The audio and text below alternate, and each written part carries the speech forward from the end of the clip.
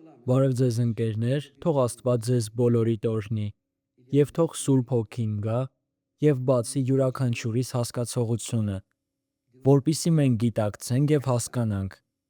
որպեսզի ունենանք այդ հոգևոր հասկացողությունը, որպեսզի ճիշտ ընկալենք Աստծո խոսքը։ Երբ մենք խոսում ենք Աստծո խոսքի մասին, կարող ենք նկատել, որ նրա յուրաքանչյուր խոսքը ոգեշնչված է հենց նրա կողմից։ Ես հիմա ամբողջ Աստվածաշնչի մասին եմ խոսում,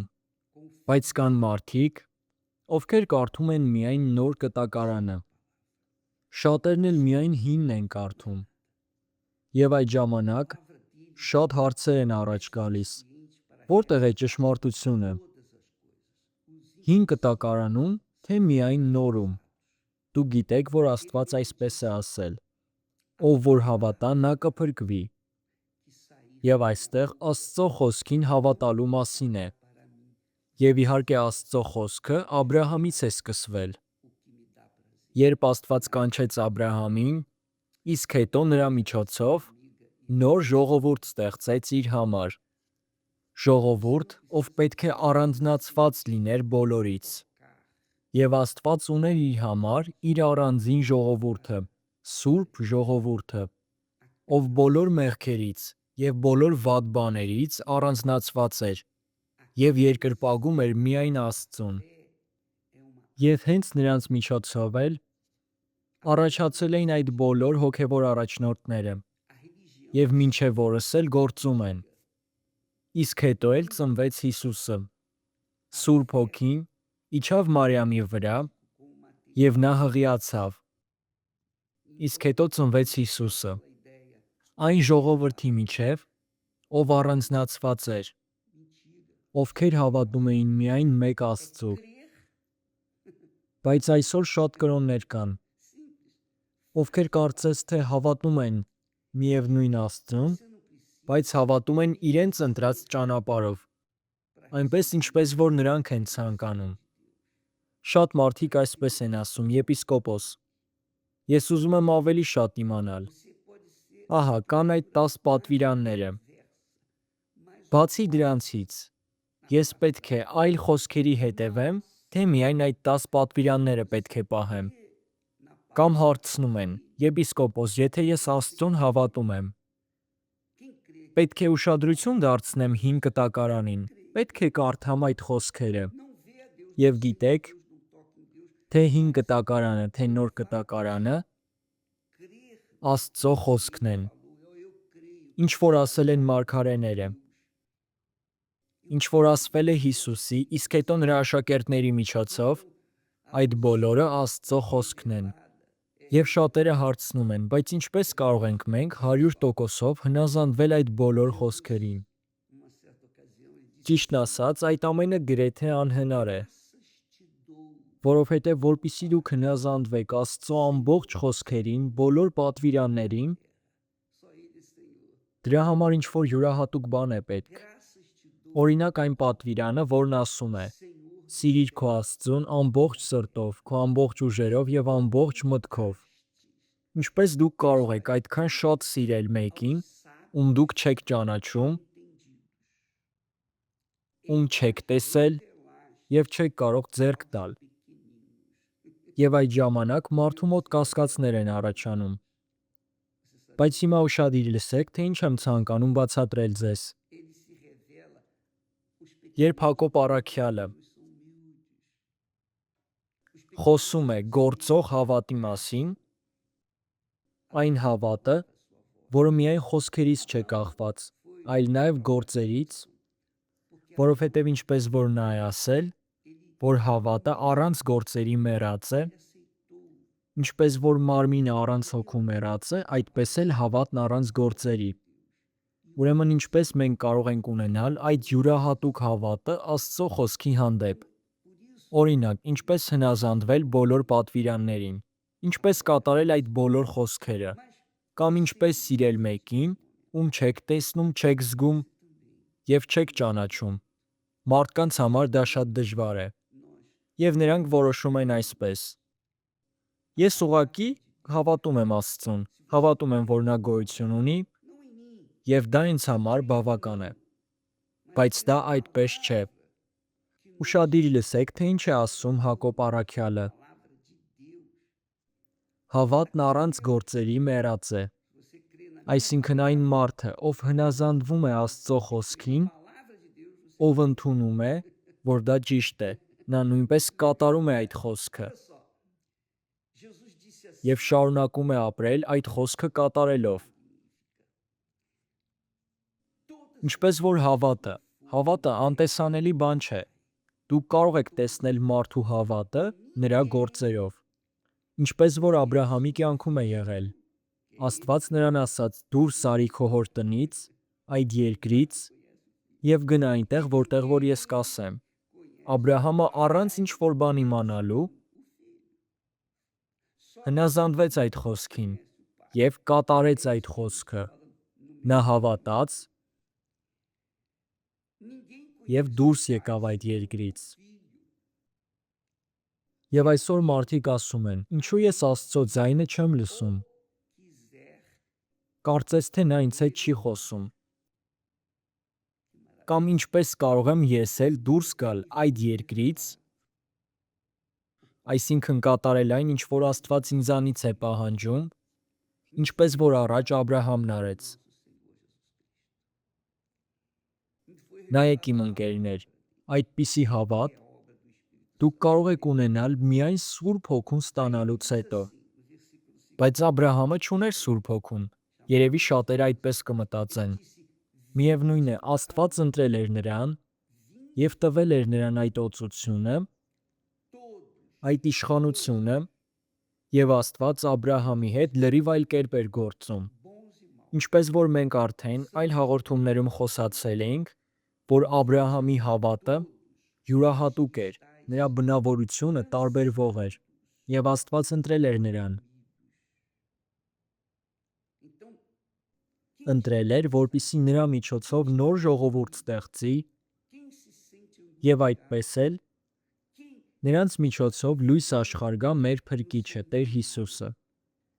Առաքյալը շարունակում էր, որ նույնիսկ դևերն են հավատում Աստծուն, նույնիսկ Սատանան հավատում է Աստծուն։ Եվ մենք այստեղ տեսնում ենք, ուղղակի հավատալ Աստծո գոյությանը դա բավական չէ։ Այդպիսի հավատը ոչ մի արդյունք չի տալիս։ Եթե դուք հավատում եք, որ Աստված գոյություն ունի, դրա մեջ ոչ մի յուրահատուկ բան չկա, որովհետև նույն կերպ էլ դևերն են վարվում։ Եվ այս խոսքը շատ ուժեղ է, երբ նա համեմատում է այդպիսի մարդկանց, այդպիսի հավատի դրսևորումը դևերի հետ։ Դուք կարող եք բացել Հակոբոս 2-րդ գլուխ եւ խոսք 19։ Այնտեղ գրված է. «Դու հավատում ես, որ Աստված մեկն է, լավ ես անում, բայց դևերը նույնպես հավատում են, հավատում եւ սարսափում են»։ Այլ խոսքերով, իմանալ եւ հավատալ, որ Աստված գոյություն ունի, այդ ամենը բավական չէ։ Ինչ իմաստ կա այդ հավատից։ Եթե այդ հավատը իմաստ ունենար, եթե ինչ-որ արդյունք տար, դևերը նույնպես ինչ-որ բանի կհասնեին։ Իսկ հետո նա շարունակում է, որ հավատն առանց գործերի մեռած է, եւ բացատրում է. միթե Աբրահամը գործերով չարդարացավ, երբ համաձայնվեց, որպեսզի զոհի Իսահակին, իր միակ որդուն։ Նա արդարացավ իր գործերով,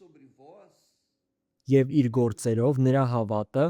հասավ կատարելության։ Եթե դուք հավատում եք Տեր Հիսուսին, Սուրբ Հոգին արդեն գործում է ձեզ հետ, գործում է ձեր սրտում։ Հենց Տեր Հիսուսն է ասել. «Ով որ ինձ սիրում է եւ կատարում է իմ պատվիրանները, նա կփրկվի»։ Բայց դրա համար էլ, ինչպես որ արդեն ասացի, հարկավոր է ունենալ Սուրբ Հոգուն, ունենալ այդ փորձն Աստծո հետ։ Դա այն է, ինչ որ մենք ցանկանում ենք ձեզ համար։ Շատ մարդիկ Աստծուց ինչ-որ օրհնություն են ստանում, բժշկություն, ազատագրում, ինչ-որ հրաշք է կատարվում նրանց կյանքում։ Նրանք իրենց աղոթքների պատասխանն են ստանում, բայց այդ ամենը շատ շուտ է անցնում։ Եվ այստեղից էլ մենք հասկանում ենք. օրհնությունների հասնելը բավական չէ։ Հարկավոր է Աստծո հետ հարաբերություններ ունենալ։ Հարկավոր է նրա վկան լինել այս երկրի վրա։ Աստված փնտրում է այնպիսի մարդկանց, ովքեր կլինեն նրա հարության վկան։ Եվ այն բոլոր օրհնությունները, հրաշքները, որոնք կատարվել են մարդու կյանքում, դրանք չեն երաշխավորում, որ այդ մարդը վերջում կփրկվի։ Իսկ երբ մարդիկ ունեն հարաբերություններ Աստծո հետ, նրանք հնազանդ են Աստծուն, կատարում են նրա կամքը, հաճելի են նրան, այդ ժամանակ այո։ Այդ ժամանակ դուք կունենաք և փրկություն, և փնտրելու արդյունքում էլ դուք կստանաք Սուրբ Հոգուն, դուք կդառնաք Տեր Հիսուսի վկան, և ձեր կյանքը ամբողջությամբ կփոխվի։ Թող Աստված ձեզ բոլորիդ օրհնի։ Ամեն։ Եվ այդ նույն բանն ինձ հետ է եղել։ Աստված բացվել է ինձ։ Այն ժամանակ, երբ ես ստացել եմ Սուրբ Հոգու մկրտությունը, Տեր Հիսուսն է ինձ բացվել, և նրա խոսքը, և դա Սուրբ Հոգու գործն է, միայն նա է կարող դա անել։ Եվ հաջորդ խոսքում Հիսուսն ասում է. ուշադիր եղեք, սա շատ կարևոր է։ Նա այսպես է ասել. եկեք ինձ մոտ։ Այստեղ նա չի ասում. եկեք ինձ մոտ բոլոր այն մարդիկ, ովքեր լավն են, ովքեր բարի են։ Հիսուսը տարբերություն չի դնում այստեղ։ Նա հրավիրում է բոլորին, բոլոր մարդկանց, կարևոր չէ վատն են թե լավը, սուրբ են թե մեղավոր, այդ ամենը կարևոր չէ։ Եվ նա շարունակում է. եկեք ինձ մոտ բոլոր հոգնածներ և բեռնավորվածներ։ Հիսուսը հրավիրում է նրանց, ովքեր հոգնել են, ովքեր իրենց ներսում միայն տառապանք և տխրություն են կրում, ովքեր հուսահատված են, ովքեր անհանգստության մեջ են և չեն կարողանում խաղաղություն գտնել։ Նույնիսկ մի տեղում հանգիստ չեն կարողանում նստել։ Նրանք իրենց ներսում այդ հանգստությունը չունեն։ Գիտեք ինչու՞։ Որովհետև նրանց հոգին հոգնած է և շատ վախեցած։ Հենց դրա համար էլ Հիսուսը հրավիրում է։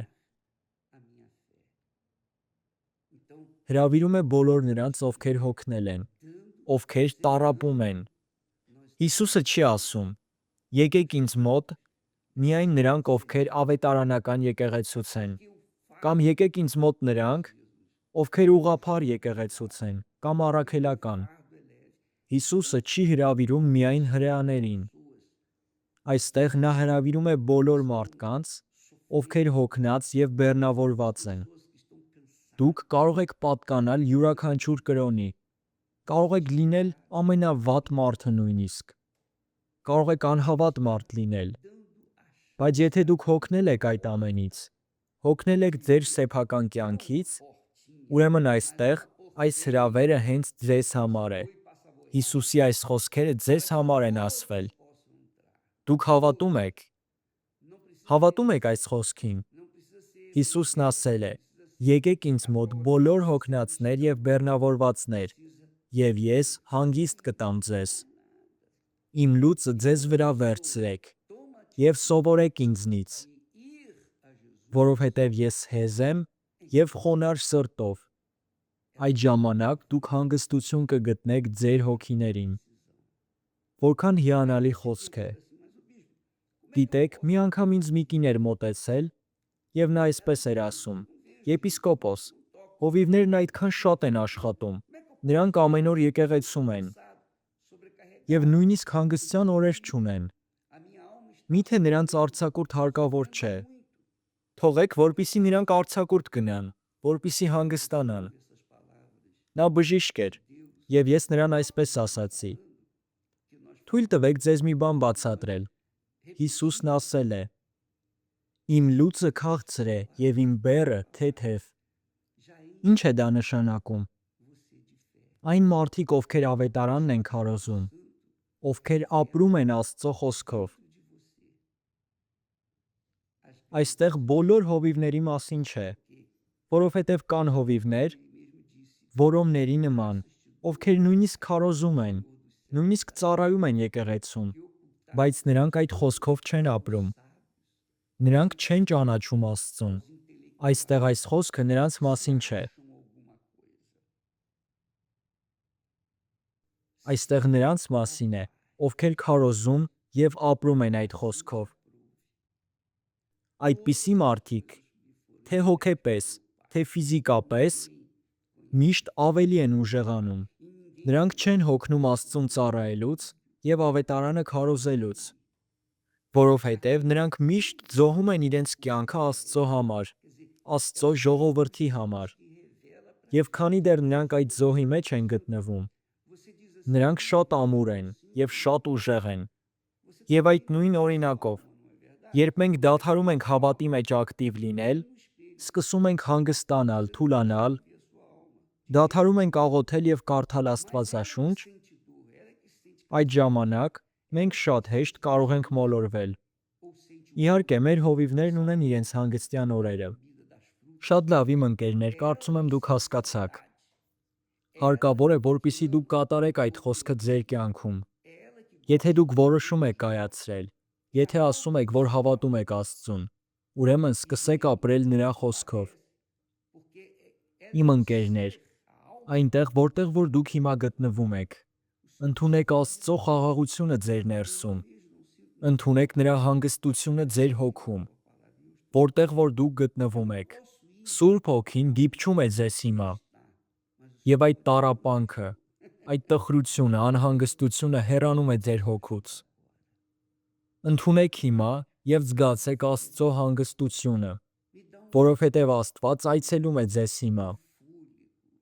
Փառք Աստծուն, թող Աստված քեզ առատորեն օրհնի, իմ ընկեր։ Այսօր